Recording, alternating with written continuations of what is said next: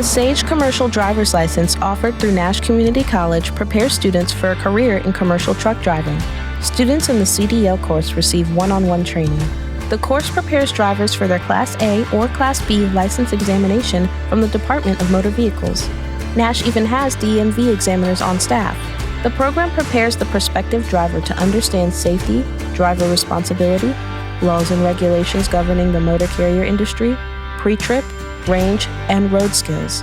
The SAGE CDL course at Nash instructs both manual and automatic transmissions. The commercial driver's license training includes everything needed to succeed, and the program has a 98% graduation rate.